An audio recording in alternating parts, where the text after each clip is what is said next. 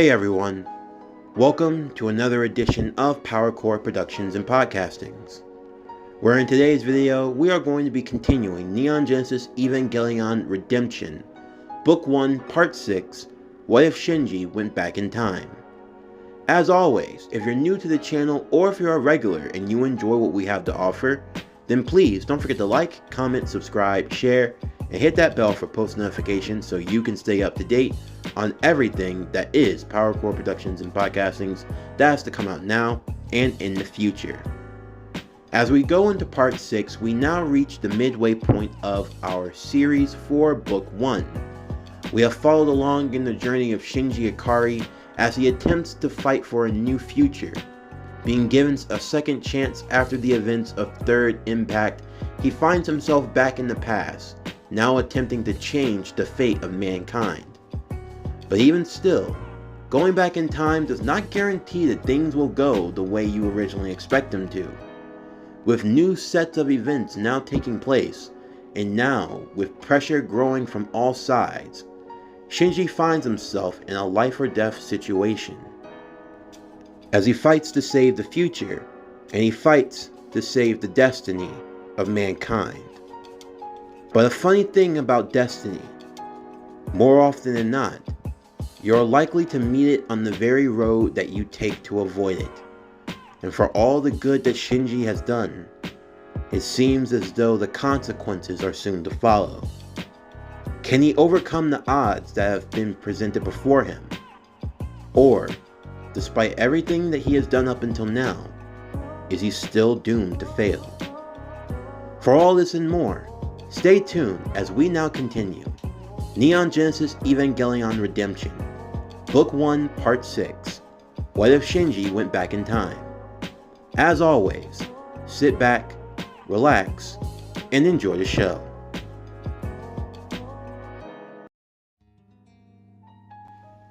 Tojis Suzuhara was a bit nervous. Today was the day of his final testing sequence, before eventually he was going to be in his own Evangelion, Eva Unit 4.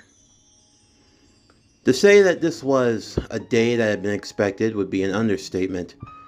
It was a day that Toji had been waiting for ever since he agreed to become an Eva pilot. Of course, he did so because he wanted to help his people, to help Tokyo 3. And also, he felt indebted to Shinji. After all, he had saved his sister's life from being critically injured or worse. But there was also another part of him though. A part of him that felt doubt, felt a bit worried. He knew that he wanted to be the strong arm for Shinji and the team. He didn't want to let anyone down, and he always wanted to give it his best. Everyone else had had combat experience at some point, and now he wanted his turn. And now he was going to get it. As they were preparing for the final sequence, as he was getting into his entry plug suit, Mari would stop over and see how he was feeling, asking him if he felt at all nervous, now that he was finally going to have to pull his weight and not sit on the sidelines. You don't have to worry about me, Mari. I've been more than ready to get into some action with you guys. I don't know why it took so long for my Eva to show up. Well, Evangelions are tricky things. Not something that we can really take lightly. It's better to wait and measure 1,000 times if need be to get the cut just right, you know? I'm sure I could work out the bugs. That's just the thing. Our Evas are just as much weapons to ourselves as they are to the enemy. That's something you should keep in mind. I know that. Yeah, but even still, if they go on a rampage, we could end up destroying the city. Do you know just how much damage one Eva could do? Imagine if all 6 of them just decided to go haywire at once. There'd be absolutely nothing that could stop us. Hearing those words only added more weight to Toji's shoulders. The idea of holding that much power, almost an absolute. It might be more than any one person could handle, but he felt as though he were ready for it. Of course, the final testing sequence wasn't anything special. It was routine, nothing that the kids hadn't done before. As Shinji was preparing himself, he would be a bit startled as Rei would tap him on the shoulder, his sister having a strange look of concern. Shinji. Oh, hi Rei. Are you alright? You seem to be almost out of breath. Oh, I've just been a little tired, that's all. I see. Well, you should make sure that you get plenty of rest when needed. You shouldn't push yourself too hard. Yeah, man, Kinsuke would add in. We know you're the captain and all, and we've got to live up to your standard. But even still, you shouldn't try to push yourself to the limit every time. He better, Asuka would say. Because if he doesn't, I'll take that captain spot from him with ease. Yeah, like I'd let that happen, Asuka. You gotta be careful, Shinji, Marie would add in. Our little red-haired devil here has a real big hot on for you. She would love to try to get into your position at any time. Asuka would blush at this, telling her to shut up, although Marie would simply laugh as she loved stirring the pot with her friend. Toji would seem a little off a bit, not with his usual high confidence. Shinji asking him if everything was alright, although he could tell that he was nervous. He was going to be in a real Evangelion now. The six were now finally going to be a single team. Shinji assured him that everything was going to be alright. As long as they worked together, as long as they fought as one, and covered each other's backs, there wasn't anything that they couldn't do. Everyone had their role to play, and Shinji made it very clear that Toji was his support. He was the strength of the team. His skills, his raw power, that was something that they were going to need in their fight against the angels. And this gave Toji a measure of confidence.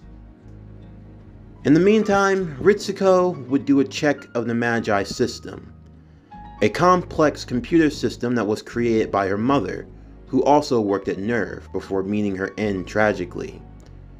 It was through her that this system powered and ran just about everything that NERV headquarters used and operated. And for the most part, everything seemed to be going routinely. The kids were going to have their final testing sequence, and once that was over, the only thing left to do was to move over to the next site, where they would have the unveiling of Eva Unit 4, where Toji would get his first go run in his Eva. However, in the midst of the final preparations, a strange corrosion would start to form within the headquarters itself. At first, no one paid it much mind, and a routine checkup was done to try to clean it out, as they didn't want anything to be delayed any further. However, upon closer inspection, the corrosion that was starting to take form all throughout the outer base of NERV, making its way inside, it was starting to attack the system itself, like a virus. As they got closer inspection, horror would be realized as this corrosion was not some normal occurrence, nor was it an oversight in the creation of the system. No, this was a deliberate attack that was being done by forces far greater than that of average man. Yes, they found themselves under attack by an angel. The 11th angel, Iriul, to be precise. The children were all inside of their testing pods the moment that the angel started to attack. As the virus started to spread, Shinji's pod would be the first one to be attacked. Immediately there would be an injection, causing all the pods to move to safety, but Shinji was struck. The sound of his screams could be heard as everyone went to try to check on him immediately once they were removed. The boys, both Toji and Kinsuke, would open the pod immediately, allowing Shinji to get out, as he was on the ground writhing in pain. He could feel that his head was beginning to throb immensely, his eyes beginning to bulge as he felt as though he could sense everything all at once. All this pain, all of this anguish. He could feel that it wasn't just his own, but it was like the work of something else. They tried to ask him what had happened. Shinji explained that his pod, something had gotten through in the way of his testing sequence, and in all likelihood it must have been whatever was causing this high alert. As the kids huddled over to safety, trying to figure out what was happening, the headquarters would be placed under lockdown. Gendo would immediately give the order for the red alert not to be reported to the committee, as the last thing he wanted was Seilei getting any knowledge of what was going on. His second in command, Fuyutsuki, would warn that he was on thin ice trying to cover something like this up, but Gendo kept his eyes focused on the main issue at hand, taking care of an angel problem before it became anything bigger. All of the current Evas would be launched out of the range of the headquarters. If worse came to worse, the last thing they needed was this new angel getting its hands on the Evangelion. Otherwise, it would be the end of them all. In the meantime, though, Ritsuko would have to work on a way of trying to combat the angel. It was more tech-based than anything else, and as such, she was most equipped to fight it. Using the research notes left behind by her mother, she was able to form a new algorithm, one that of which could destroy the angel. The angel was feeding off of a program in a system, and it seemed to follow whatever it attached itself to religiously. So, naturally speaking, if they were able to put in a program that would force the angel to kill itself upon completion, then it would have no choice but to comprehend and follow through with that order. It was touch and go for some time, everyone being on edge. If the plan worked, they would have successfully killed the angel. And if it didn't, then Nerve and everything in it would be at the angel's disposal, which would pretty much signify the end. Everyone held on with bated breaths.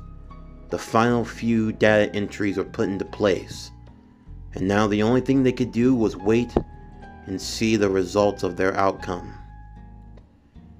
And as the final completion was gone through, it would work in the favor of Nerve. As the angel reached 100% completion, the new data given to it and the new override system would cause it to destroy itself immediately, giving them control of the Magi system once again. With the crisis now averted, all seemed to be well. Shinji was even able to recover a bit, and they believed that whatever had been the cause of their problem had now been taken care of. Although little did Shinji know that their troubles were only far from over. In the meantime, there was a little bit of reprieve before Tojis' test. The girls were going to go out to do some shopping, but not just Asuka and Mari. No, Rei was being brought along as well. Of course, Rei had never really understood the idea of a girls' day out, but she still went along nonetheless. The girls went to the mall, they bought some clothes, and even Rei picked out a dress that she liked. Rei was starting to become a lot more acclimated. She was starting to understand human emotion bit by bit. She enjoyed spending time with her brother, and she also enjoyed being with the other pilots. And for some reason, Kinsuke also seemed to be on her mind.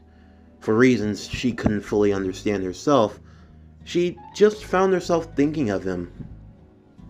In the meanwhile, the boys were pretty much being glorified bag holders, following along with the girls from store to store. As they took a break while sitting outside while the girls were in yet another department store, Shinji would look over to Toji, asking him if everything was alright. Toji would speak truthfully. At least with the boys around, he felt they might understand a bit. He would say that he hadn't really thought about his own life up until now. That the idea of being an Eva pilot, it seemed to excite him. He didn't really care much for the future or anything in the future. But Now that it was finally time for him to put his money where his mouth was, he'd be lying if he said he didn't feel a little nervous. After all, this was now a matter of life or death. This wasn't something that could be taken lightly. The fate of humanity was resting on his shoulders. It was going to be a matter of life or death in every fight that he was in from now on. He wondered if he was up for it, if he was really the best for the job, that maybe there could be others out there, others who were much better and much more suited than him. Of course, these were concerns that he had, and reasonably so. But even still, Shinji would yet again affirm to him that it wasn't anything that was too bad, nothing that he couldn't deal with. He had to remember that he had people that cared about him. His family, his sister, even the class rep Hikari, which caused him to blush greatly.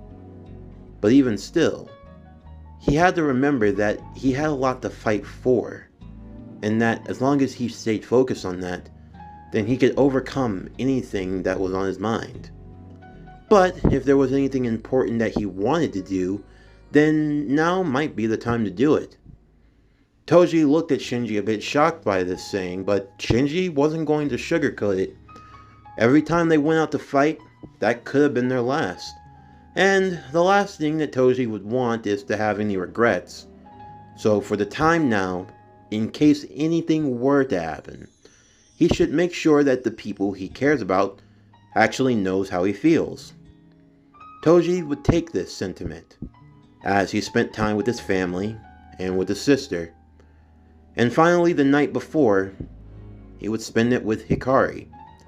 Of course, the two of them had had feelings for one another for a while.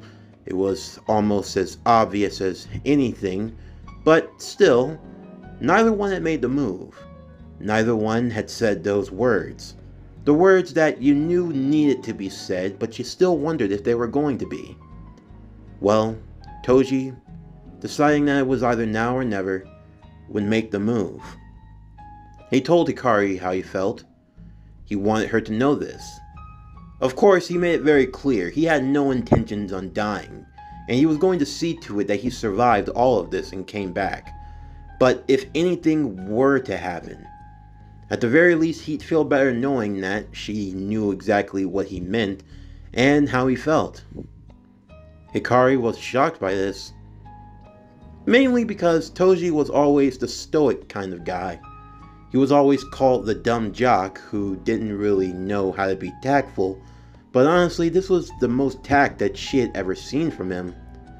And even more so than that, she was happy to know that how she felt for him, he also felt for her. The two spent their night together closely. Nothing indecent, mind you, but it was a night where emotion was on full display. At least in this sense, Hikari was able to see a side that no one else ever got to see, not even Toji's own friends. And as such, off in the distance, while Toji would never know this, his friends were watching, and to say that they were happy for him would be an understatement. As Shinji smiled, he looked over and saw that Asuka was smiling right back at him. For Shinji, for all the great advice that he gave, sometimes he felt as though he needed to take it himself, because he of all people knew that nothing in life was ever guaranteed.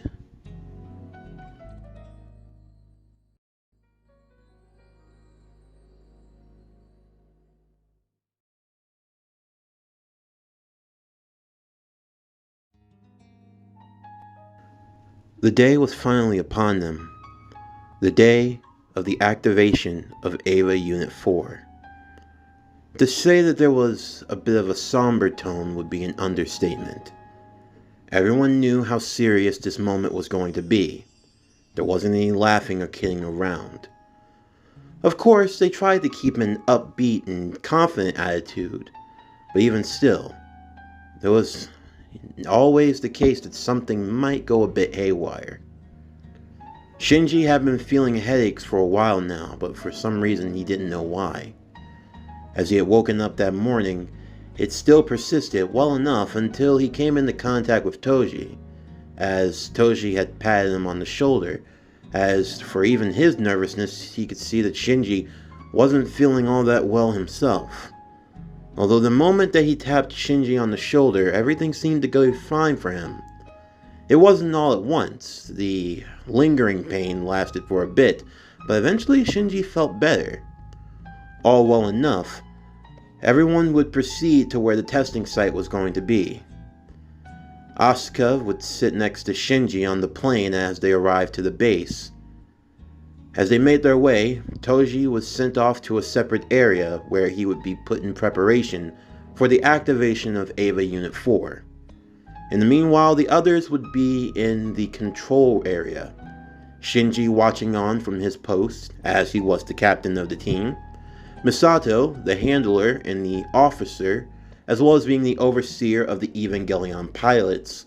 And Gendo would be back at his base with his team. Everything seemed to be going fine, and as according to plan. There wasn't anything that had to be worried of. But for Asuka, she could see the look of worry on Shinji's face.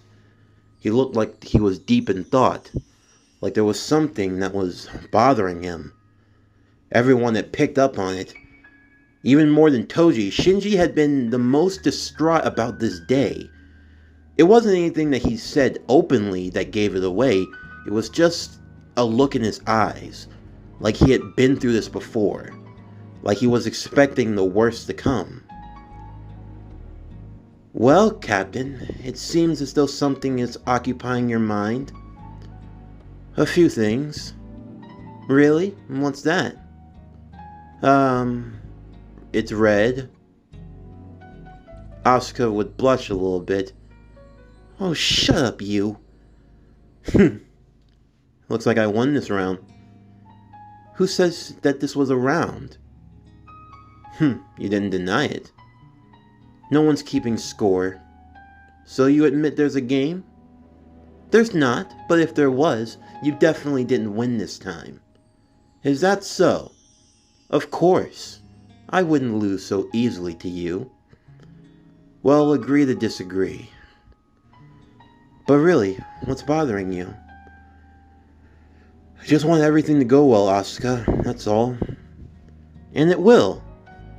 Toji can be a bit of a stooge, but he has heart, and he's got it where it counts in the right places. I don't think we have anything to worry about.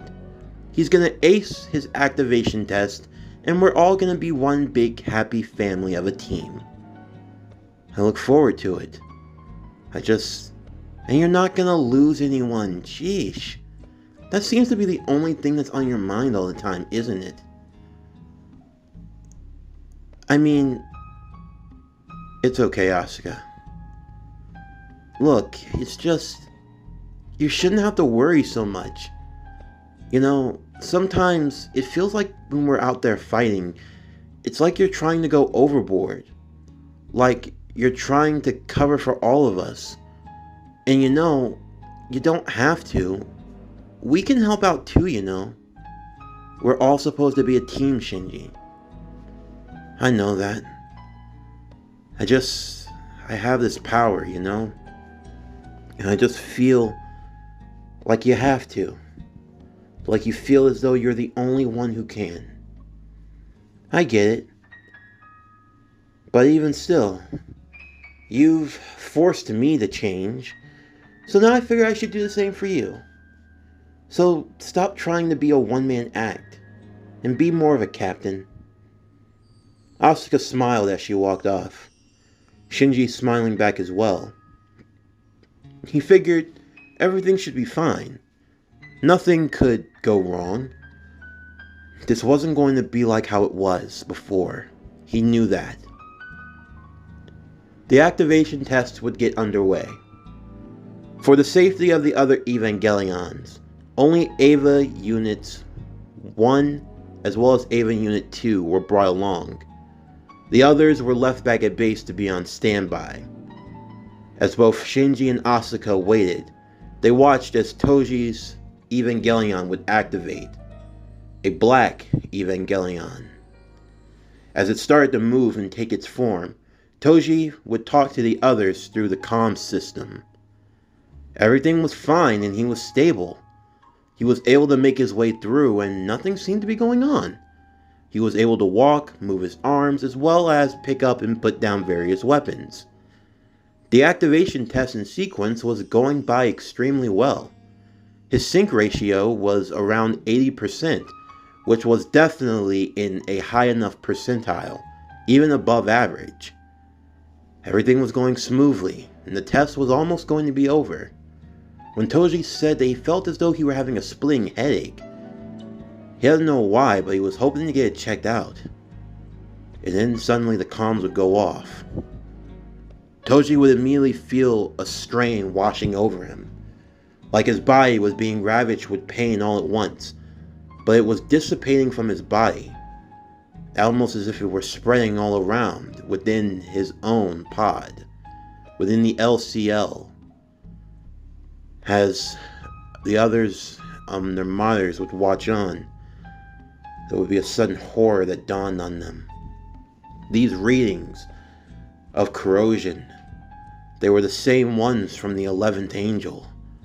It was starting to try to take over Eva Unit 4.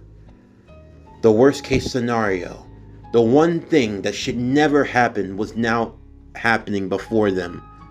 Ritsuko and Misato looked at one another. Gendo would call for an immediate evacuation.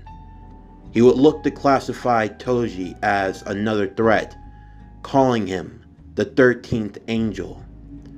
However, as the orders were being given out, Shinji would yell to his father not to make that classification, that Toji was still in there and that they were going to have to get them out.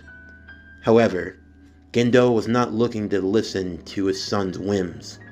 Now was the time for action to avoid even worser loss. Miss Katsuragi. Yes, Mr. Ikari.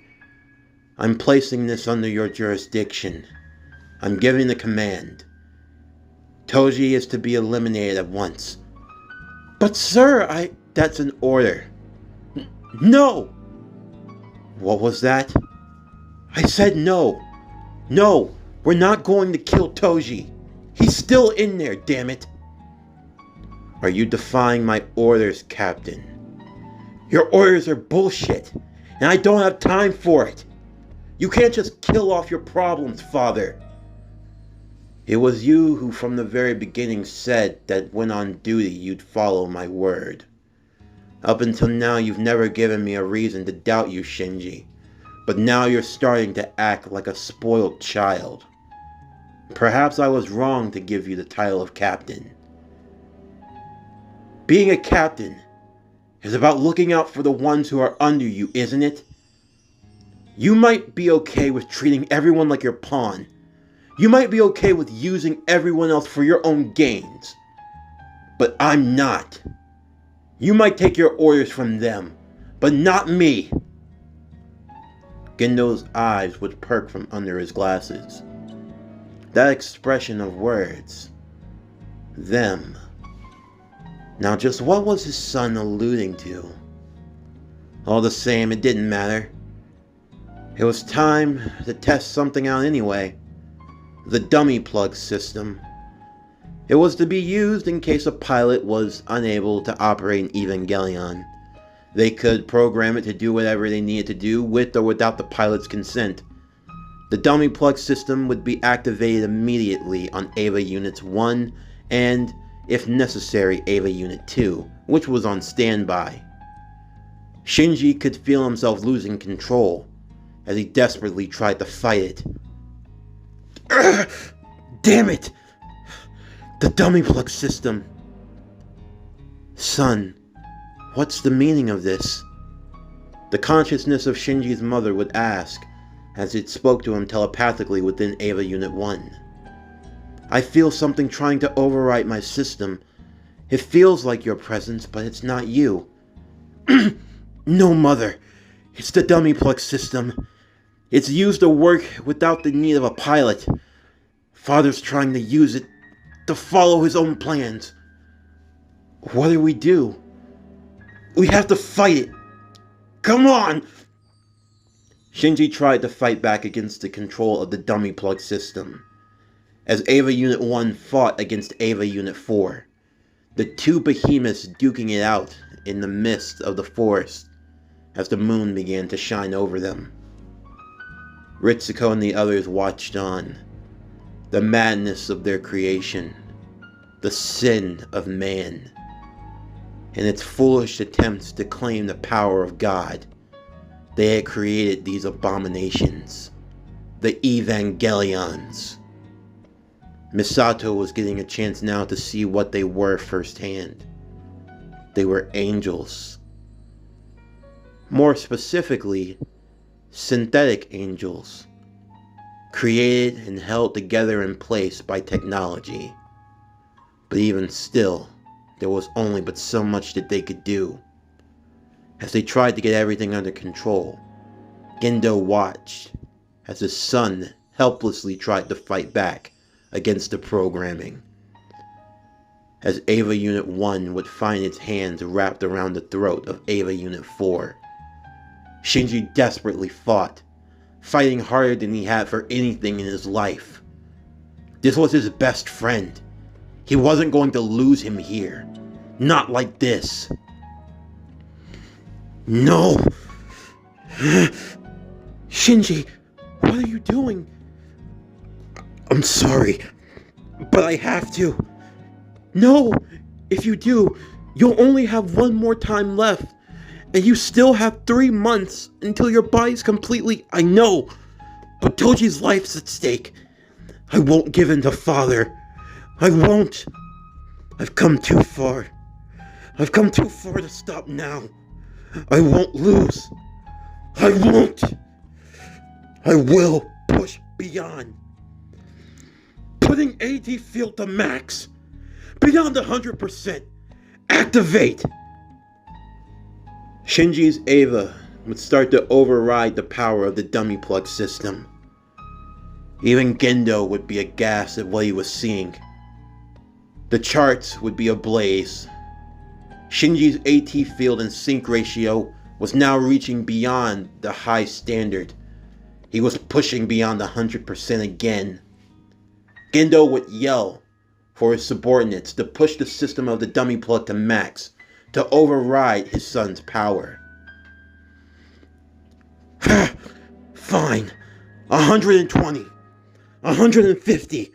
160. 170. Shinji, please. It's fine. I can do this. 200%. Shinji's Eva would be pushed over the 200% barrier. Shinji could feel his chest beginning to pound. He could feel the blood beginning to rush through his very veins. His eyes beginning to bulge. The pain was excruciating, more than anything that he had ever experienced in his entire life. Misato and the others watched on, unsure of what to do. Asuka, with Eva Unit 2, would rush in immediately. As she joined in behind Shinji, she used her arms to aid in prying them off of Toji's throat. Shinji was surprised for a moment, but Asuka simply yelled at him to keep on fighting. Together, the two of them fought with all of their might, Asuka raising her AT field to the limit as well.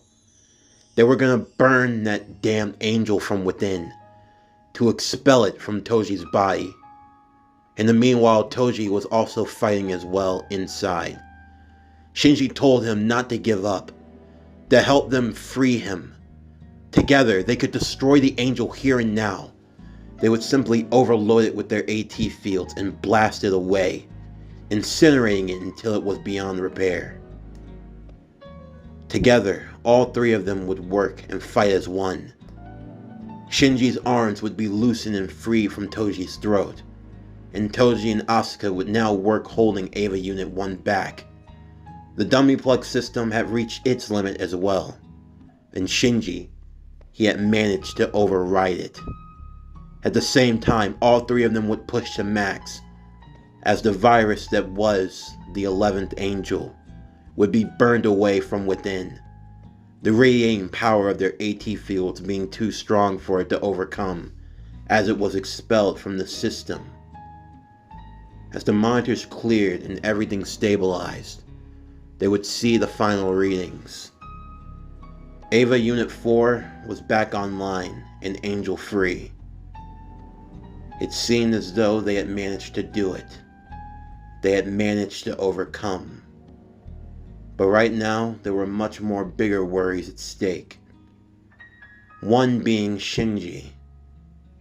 He had become something that could no longer be ignored.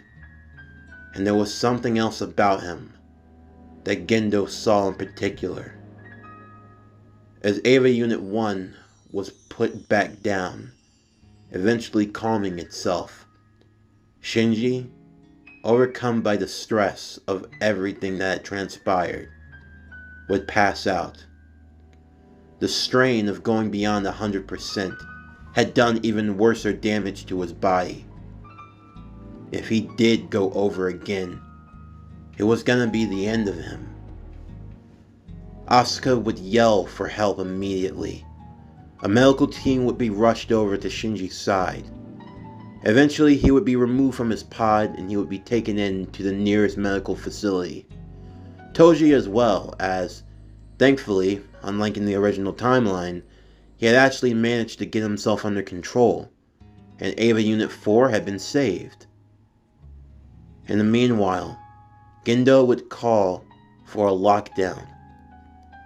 Guards were placed in front of Shinji's door and no one was allowed to see him. Even Misato was barred.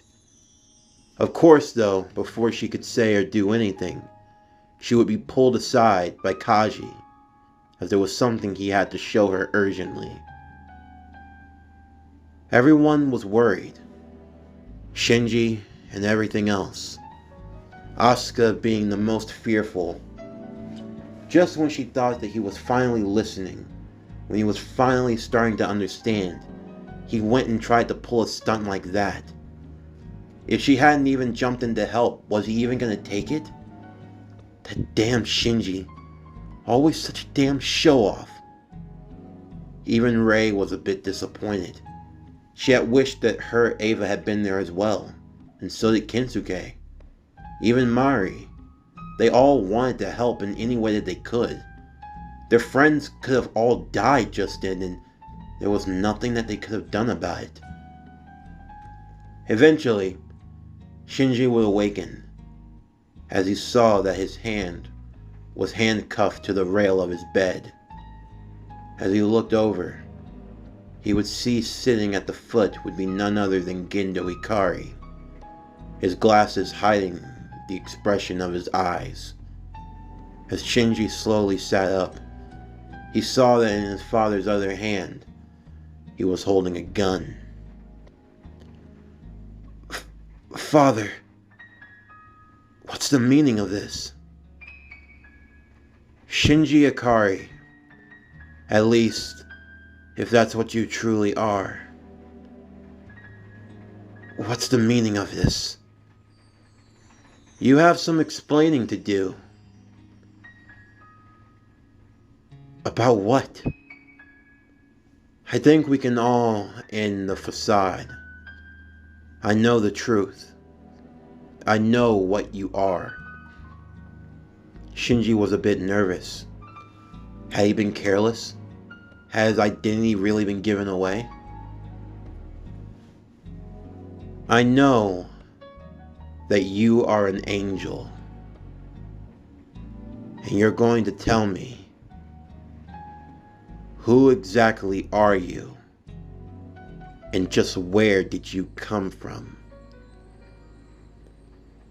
As the father and son sat in silence, in the meanwhile, Misato was taken underground under the lowest parts of Nerve.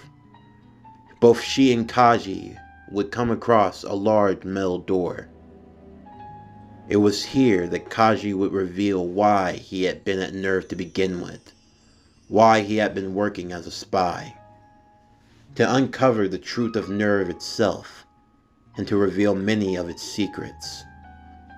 But among them all was the one that he had discovered, something that could shake the very foundation of the world. As he opened the door, the two of them would lay their eyes upon Nerve's greatest secret. As they saw nailed to a red cross the remains of the first angel, the beginning of mankind and its potential destruction.